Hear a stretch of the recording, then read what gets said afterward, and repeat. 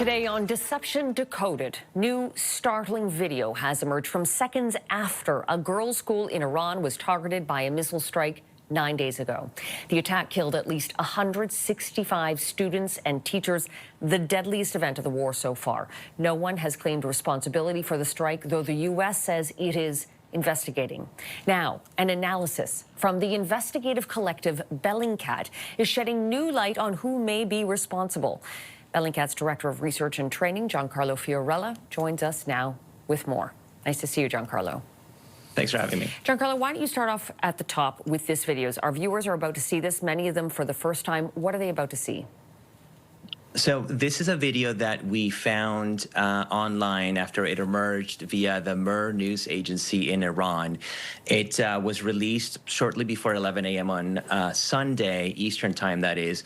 And the video shows a missile impacting an area that we were able to determine was near the girls' school that was struck on February 28th. And so the video shows, again, a missile hitting a target inside Iran on the first day of the U.S. and Israel attack on that country. Okay, let's have a look at the video right now.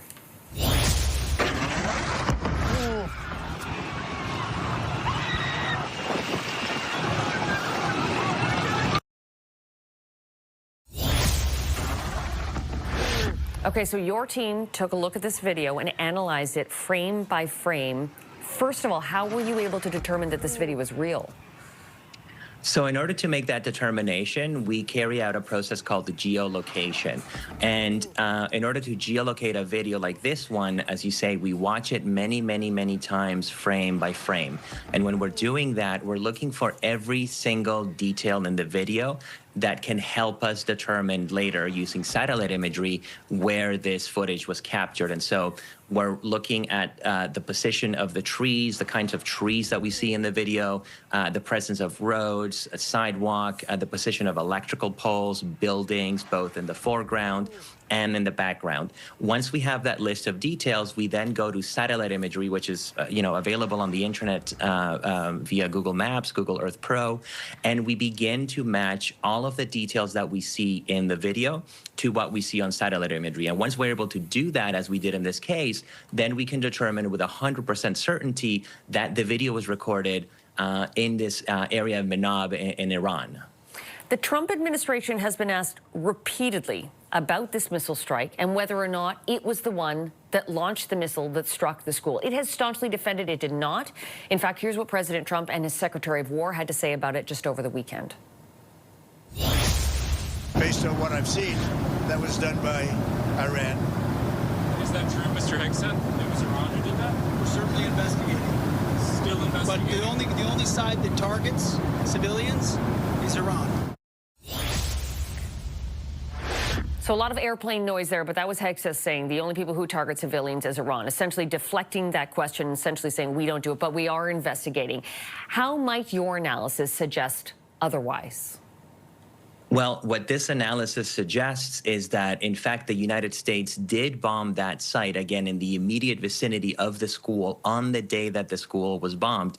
And the reason we know this is because the munition that you see in the video, the missile that you see in the video, we were able to determine through visual analysis is a U.S. Tomahawk cruise missile. This type of missile is only operated by the United States in this conflict.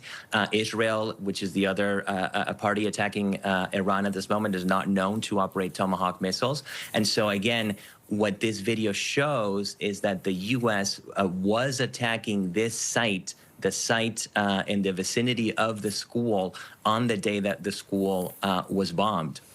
And how is it that you know that this is a Tomahawk missile? Are the missiles distinctive enough that are used nation to nation that you can identify one from the next? Yes, that's correct. So there is a wealth of open source information on the internet, including pictures, videos that show essentially every type of a weapon, and certainly the Tomahawk missile is a weapon that has a lot of resources about it online. And so again, the analysis that we conducted at Bellingcat concluded that this is a Tomahawk missile.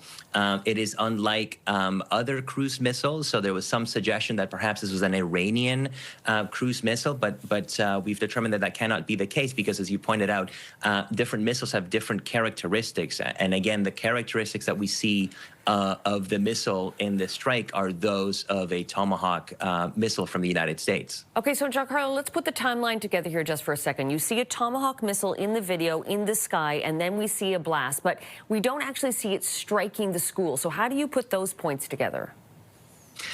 Right. So there is a couple of clues that are present in the video that allow us to speak to that. So the first is that by conducting this geolocation and the analysis of the video, we're able to come up with what we call the strike zone. So we were able to determine that this missile hit somewhere between 150 meters to 250 meters away from the school. And we're able to do that using satellite imagery from the site after the strike took place.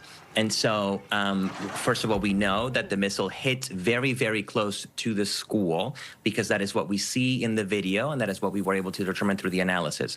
What we also see in the video is a large cloud of smoke on the right side of the frame. So when the cruise missile hits, you see a large black cloud shoot up from the ground, but there's already in the sky on the right side of the frame a large plume of gray-brown smoke.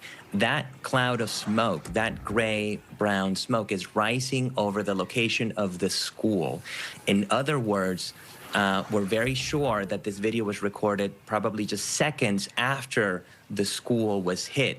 In other words, this missile was, in all likelihood, part of the attack on this area that also hit the school, as I said, probably just seconds earlier. Okay, and lastly, your team has access to satellite photos. What does that perspective tell us? That's correct. So the satellite images that we have access to are from after February 28th, and what they show is the damage to this site. And they show the damage to the school, and they show damage to 7 other areas of this compound. So you can actually count the impact craters in the images, and you can see the damage to the buildings by comparing this satellite image, again, from after February 28th to satellite images from the site previously. And what that allows you to see is the extent of this attack, which in this case involved from what we can tell, about 8 different munitions impacting this area, causing destruction to 8 different sites that were within very close proximity of one another. Giancarlo Fiorella from Bellingcat, such important work at a time like this. Thank you for your time and all of this effort. Thanks very much.